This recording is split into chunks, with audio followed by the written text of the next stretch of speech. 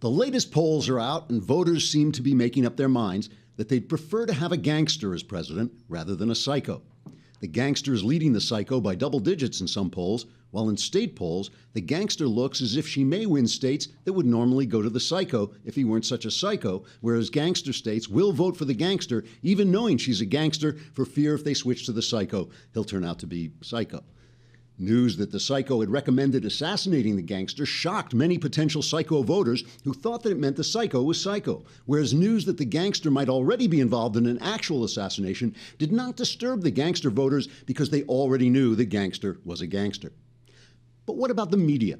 Since most journalists are gangsters, they tend to treat gangster behavior as normal. When it became clear, for instance, that the gangster had been influence peddling, destroying government documents, and repeatedly lying, the gangster said, well, sure, she's just being a gangster.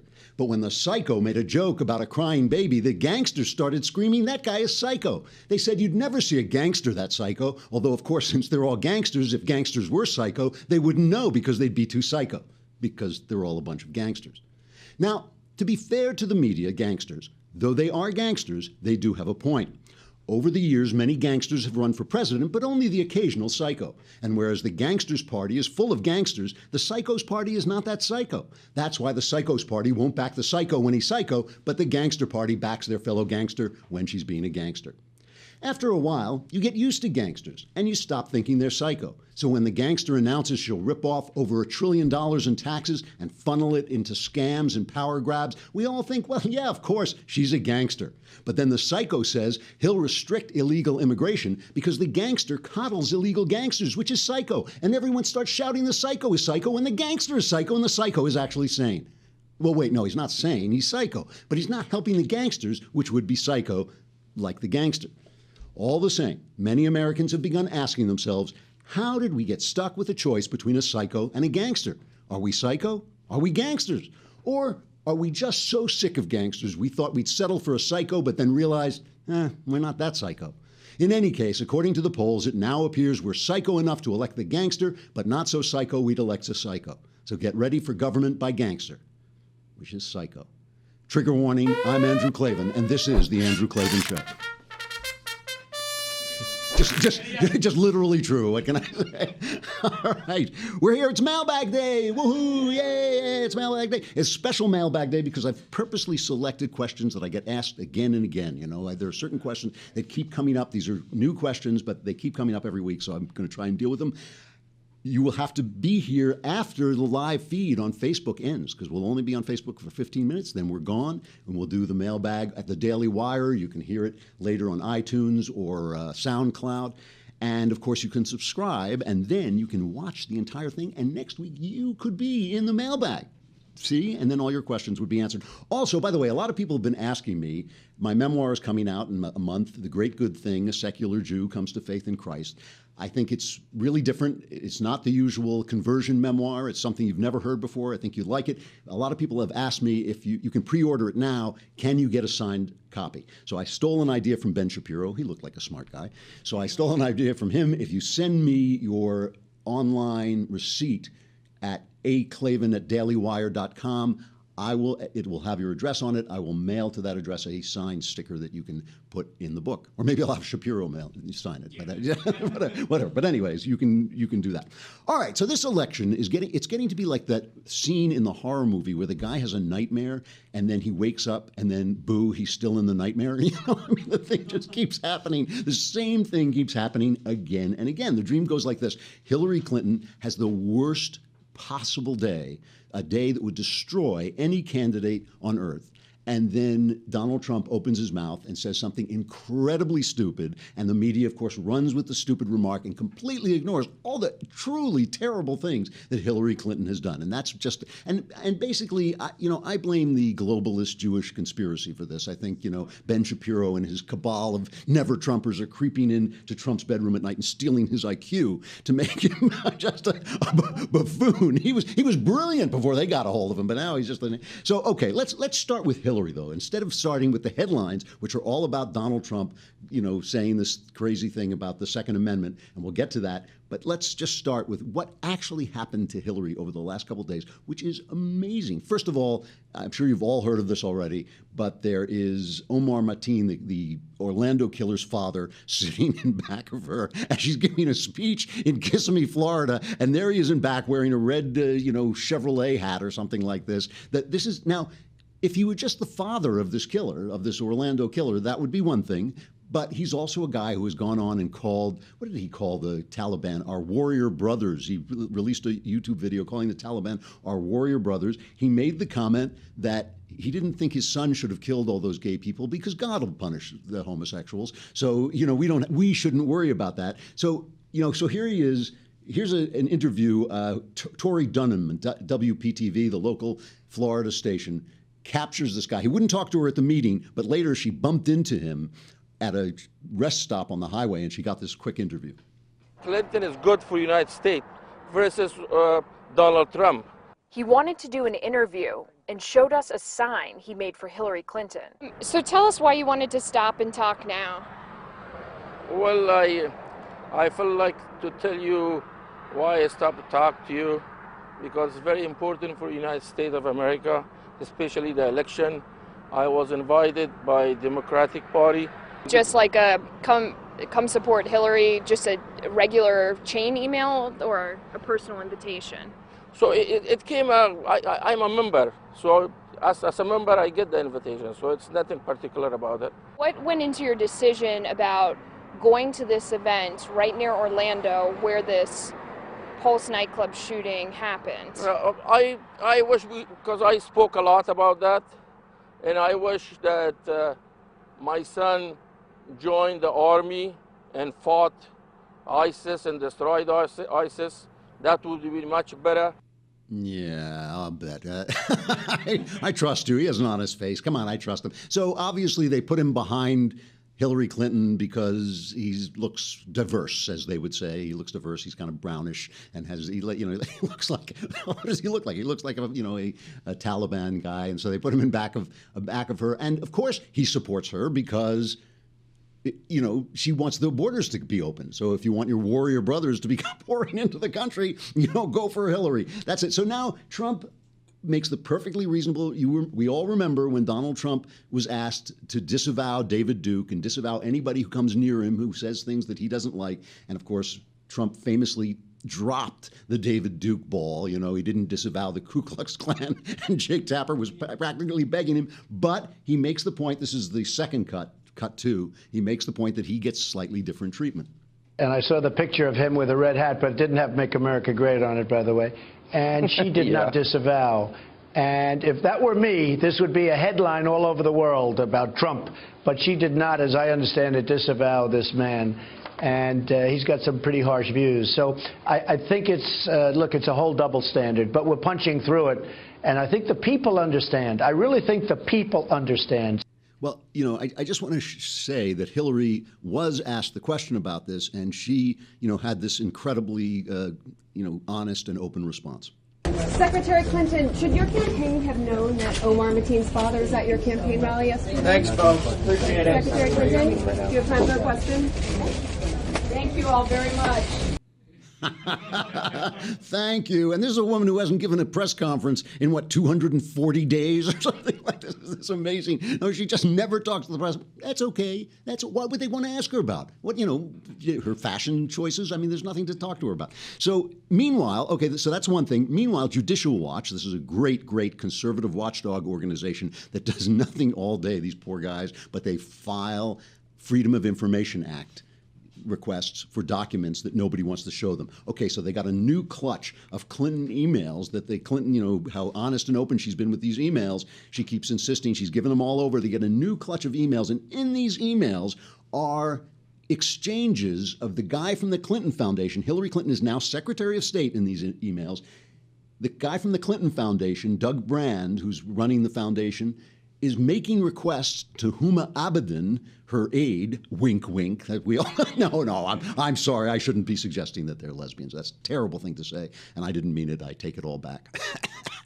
All right, so Huma Abedin, who has, by the way, she has special dispensation to work for the State Department and to do other stuff. You know, you're not supposed to be doing that, but she's doing that. So Doug Brand is writing and setting up deals between big meetings between donors to the Clinton Foundation and important people that Hillary can get to because she's Secretary of State. Among the donors is this guy, Gilbert Shagori, a Lebanese-Nigerian billionaire construction guy who gave the Clinton Foundation between $1 million and $5 million, and he's asking her to set up meetings. And this guy, was convicted in Switzerland of money laundering, and but he paid a fine. It's just a $66 million fine. Same thing that would happen to you or me if we got caught laundering money. You just go into your wallet and you take out $66 million, you pay the fine, and then you go golfing with Bill Clinton, which is what this guy is doing. He has long-standing ties, not just to the Clintons, but also to the Nigeria's military dictator. The guy has a very shady past. While she's Secretary of State, these emails come out, and they're showing that they're setting up meetings with important people for this. So it's pay for play for Hillary Clinton. She's selling your government. She's selling favors from your government to people for her personal gain. Okay, that's number two. Now, number three, I do this hesitantly because I am an anti-conspiracy theorist. Most conspiracy theories, to me, just don't make sense. I mean, this is a world in which you can literally fly a jet into the tallest building in Manhattan on TV, and somebody's going to say, "Well, they blew it up from inside." I mean, how that didn't happen. It's like you can land on the moon on TV. It's no. It was all a fake. So people buy into this stuff very, very quickly. But this is a news story. This is a news story because of Julian Assange and an interview he gave. Julian Assange, the WikiLeaks guy. We know he's out for blood. We know he's out to get Clinton. So he's got that slant in everything he says. But he started talking about this guy, Seth Rich. He's a 27-year-old DNC worker. He works for the Democrats. He was shot in the back while walking in Washington early July. And the police say, well, it looked like robbery, except according to his parents, nothing was stolen. It looked like there was a fight and all this stuff. Now, Julian Assange, you all remember, he released these DNC emails that he had hacked, and that showed that the DNC was conspiring against Bernie Sanders to make sure that Hillary Clinton won the nomination. He goes on Dutch TV, and he has this to say about the murder of Seth Rich. As a 27-year-old, works for the DNC, who was shot in the back, murdered just 2 weeks ago for unknown reasons as he was walking down the street in Washington. So that was just a robbery, I believe, wasn't it? No, there's no finding. So. What are you suggesting? What are you suggesting? I'm suggesting that our sources take risks, and they become concerned to see things occurring like that. But was he one of your sources then? I mean, we don't comment on who our sources are. But why make the suggestion about a young guy being shot in the streets of Washington? Because we have to understand how high the stakes are in the United States, and that our sources face serious risks. That's why they come to us, so we can protect their anonymity. But it's quite something to suggest a murder. That's basically what you're doing. Well, that others have suggested that. We are investigating to understand what happened in that situation with Seth Rich. I think it is a concerning situation. There's not a conclusion yet. We wouldn't be willing to state a conclusion, but we are concerned about it. And more importantly, a variety of WikiLeaks sources are concerned when that kind of thing happens. Okay, so he's saying he's accusing of murder, offered $20,000 reward to find the people. WikiLeaks has now put up $20,000, which I think adds to a $25,000 reward that was already up. So that's Hillary's day. Okay, so Hillary's day has got the killer's dad behind her, the terrorist supporting dad behind her, got new emails showing she's selling government secrets. She's been accused by an important figure of being possibly involved in an assassination. Here's Donald Trump taking advantage of this. He gets up and he starts to talk about the comparison between his policies and Hillary's. Hillary wants to raise taxes. It's a comparison. I want to lower them. Hillary wants to expand regulations, which she does bigly. Can you believe that? I will reduce them very, very substantially. Could be as much as 75%. Hillary wants to shut down energy production. I want to expand it. Lower electric bills, folks. Hillary wants to essentially abolish the Second Amendment. By the way, and if she gets to pick her judges, nothing you can do, folks. Although the Second Amendment people, maybe there is, I don't know. So basically, he's saying you can always shoot her. I mean, that's like, it's not a bad thing. Now, listen, I think this was a joke. I think that is Trump's sense of humor, but it's a bad joke. We don't want, these are real people. We don't want what I think of Hillary Clinton. I do think she's a gangster. I still don't want her blown away. I don't want elections decided that way. Not a good joke, Donald. And of course, that's the headline. Even in the Wall Street Journal, that's the headline. All this stuff about Hillary wiped away, and he gives the press the excuse to be as biased as they are. They are biased. I liked Rudy Giuliani's excuse was if he, knowing Donald Trump, if he'd meant to tell you to assassinate her, he just would have said it.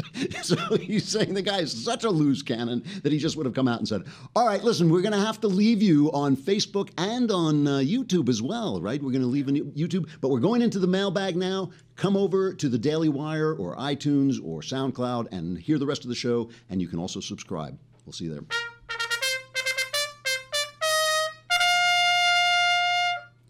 Mailbag.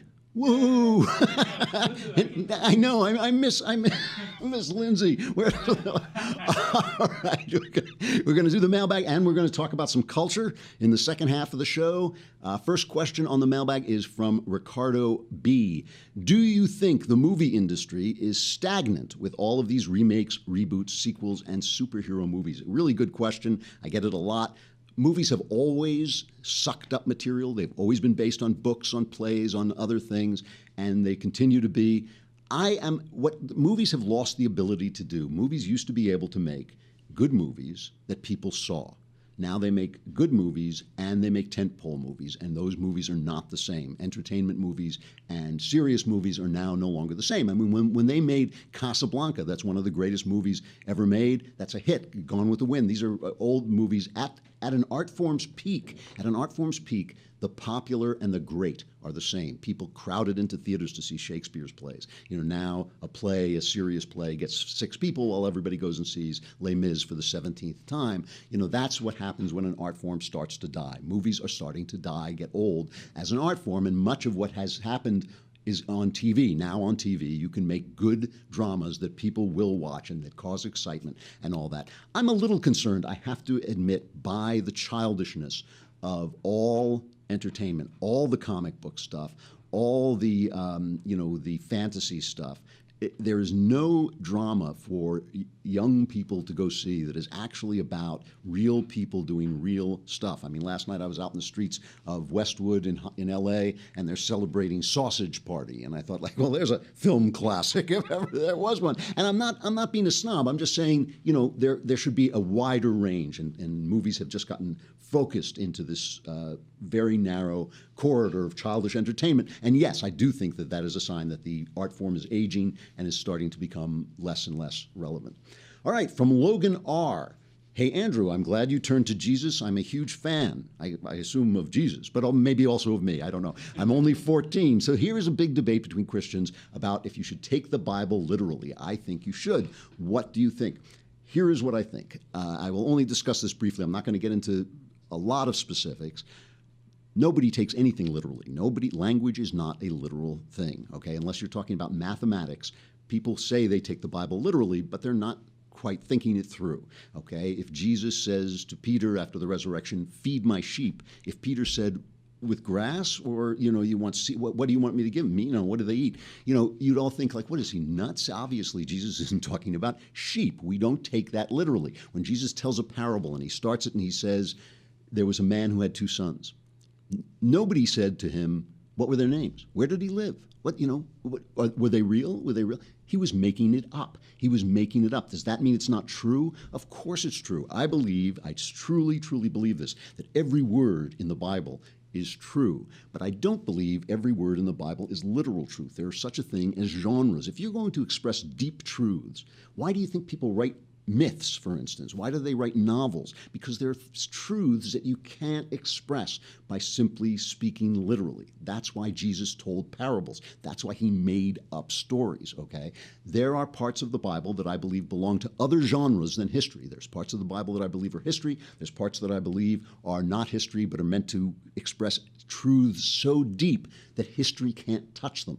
And so I read different parts of the Bible differently. And what I'm not going to discuss today, because it's a conversation for another day, is which parts are which. But I will say this. I believe you can read the Bible as absolute truth and still believe in science, which is one of the great tools that God has given us to understand the world.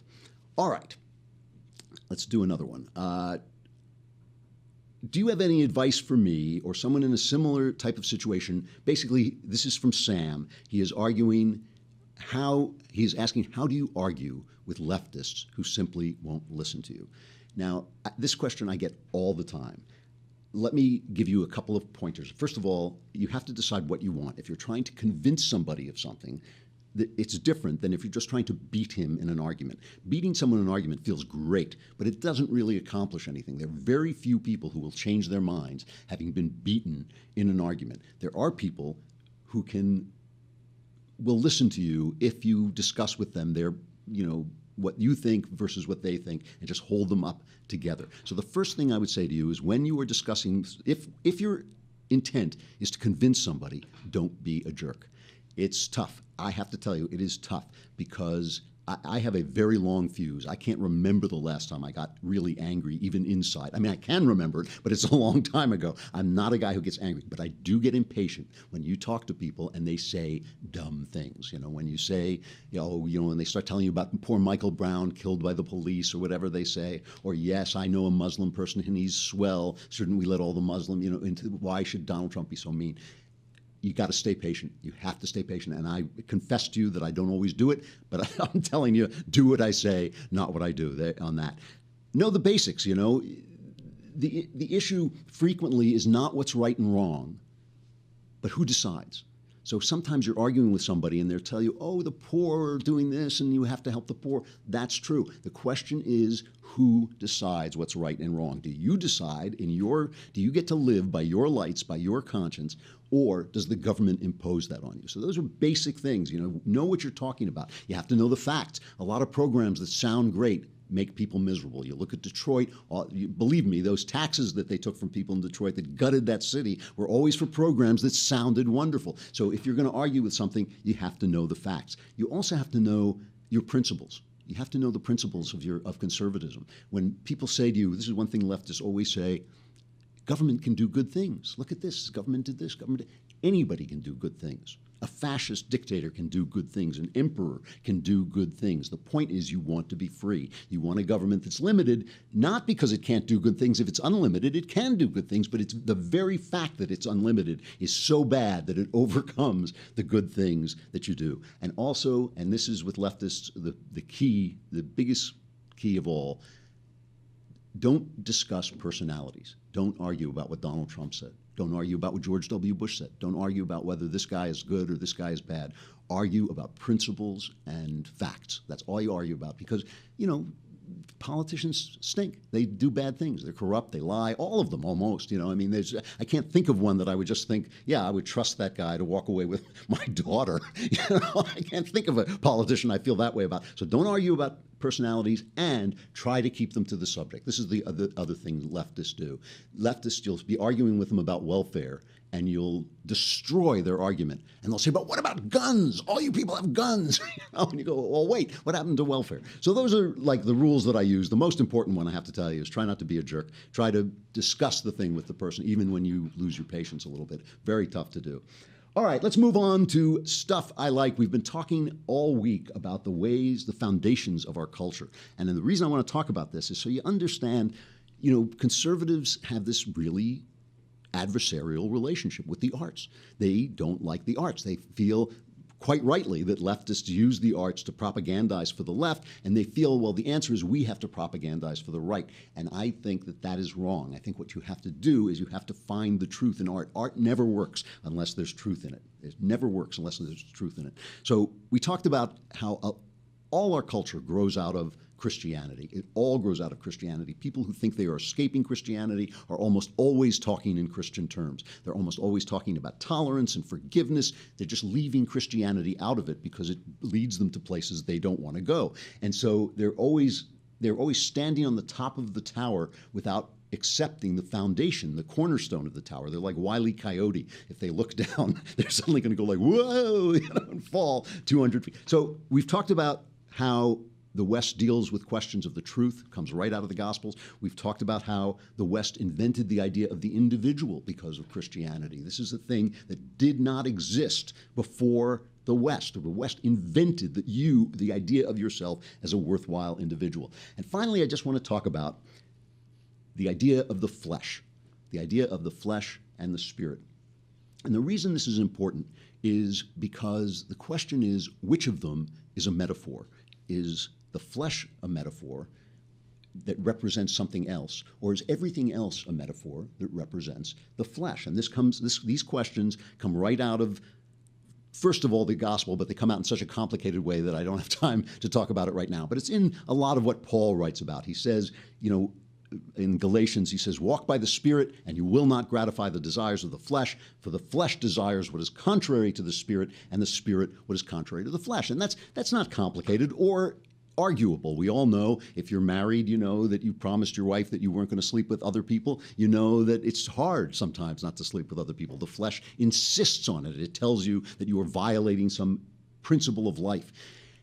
After about the 17th century, after Newton, basically, after science, there came to be what C.S. Lewis called, I can't even remember what he called it. It was the great inward turning, or the great internalization, I think he called it. And the idea was that everything that we thought was done by God, everything that we thought was done by the Spirit, was actually related to the flesh. And everybody started creating systems in which everything became a symbol, a metaphor for the flesh. The most important one and the most famous one is Sigmund Freud, who said, that's a phallic symbol. You're smoking that cigar because it reminds you of a male member. This is that kind of thing. You're saying these things, but it's always about sex. It always goes back to sex. And that has been transformed now into evolutionary biology, where we say you find that girl beautiful because she's throwing off signs that she is fertile. They will truly say to you, you find a sunrise beautiful because man is safer during the day. And you'll say, well, why do I find a sunset beautiful? And, well, because man is safer during the night in his cave. I don't know. They explain everything in terms of the flesh. And the question is that right? Or is the flesh itself a metaphor for something more important? As the flesh is are the things that happen to you in your life, do they symbolize something more important than your physical being? Because you can't really have a moral world unless life extends beyond life. We all know that life is unfair. A 20-year-old who goes to war and gets shot down so that maybe people can be free, that's not fair. That's not right. And we all kind of assume that there's something bigger that he is serving, and that there is some kind of reward system in heaven. We have lost that faith in the Spirit. That has gone out of the arts. And you can see it, and where you see this most is in supernatural stories, because supernatural stories tend to deal directly with the Spirit.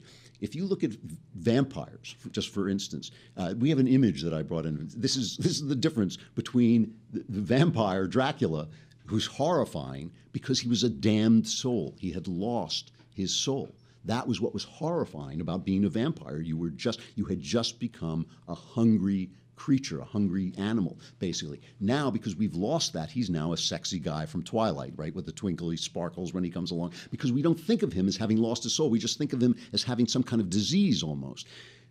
Where you see this most importantly is in zombie stories. The reason zombie stories are now so popular, the reason they are, I would say, the central supernatural story that is being told, the central horror story that is being told, is because they are quite an honest reflection of what a man becomes if we really believe he has no soul. He becomes food and he becomes the person who eats the food. There's no reason not to eat a human body. The only reason not to eat a human body is because you respect it as a receptacle of the spirit. Take a look at the first and the greatest zombie film, Night of the Living Dead. The acting is bad, but the film is incredible. This is how it opens, with a brother and sister in a graveyard, and in the background, what we will later find out is a zombie is walking around, and the brother is teasing the sister.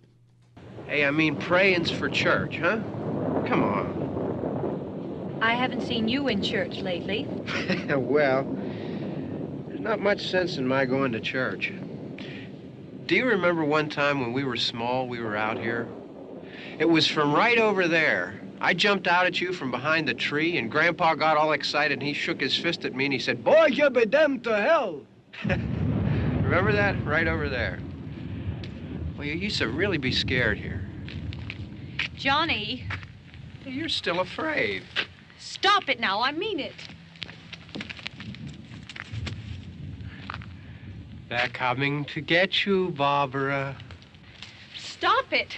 You're ignorant. They're coming for you, Barbara. Stop it. You're acting like a child. They're coming for you. Look, there comes one of them now. The one of them now turns out to be a zombie who then immediately devours the brother, because this guy, having left the church, having left the spirit behind, has turned the body into what the body is. It's an eating, screwing machine that really has no concern for the higher things. And this is what that vision of a zombie apocalypse, as we've now come to call it, is a vision of the world, what it would be like if we truly stopped believing in the spirit. That's why today my stuff I like is The Sixth Sense, one of my favorite movies, one of my favorite ghost story movies. I love ghost stories. Excellent performance by Bruce Willis.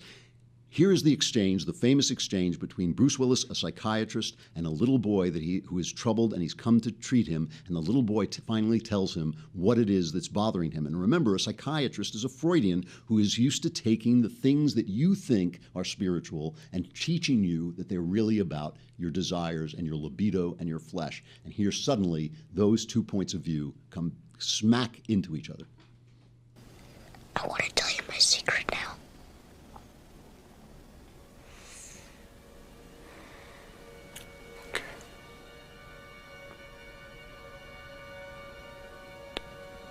Okay. I see dead people. In your dreams? While you're awake?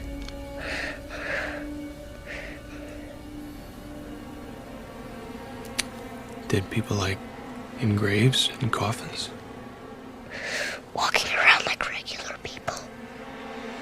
They don't see each other. They only see what they want to see. They don't know they're dead.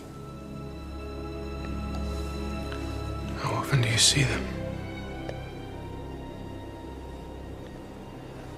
All the time.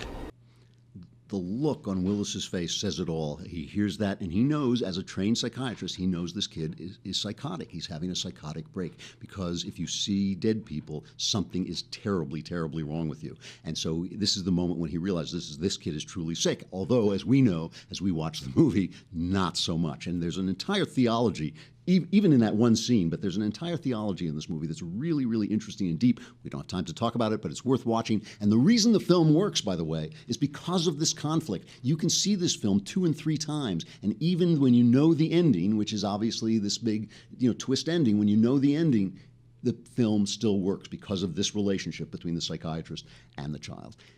That's all we have time for. Tomorrow is our last day already, and the Klavanless weekend looms. It's like a horrible cloud on the horizon, but there's one day left, and we'll do what we can to stave off the disaster. I'm Andrew Klavan. This is The Andrew Klavan Show. We will see you again tomorrow.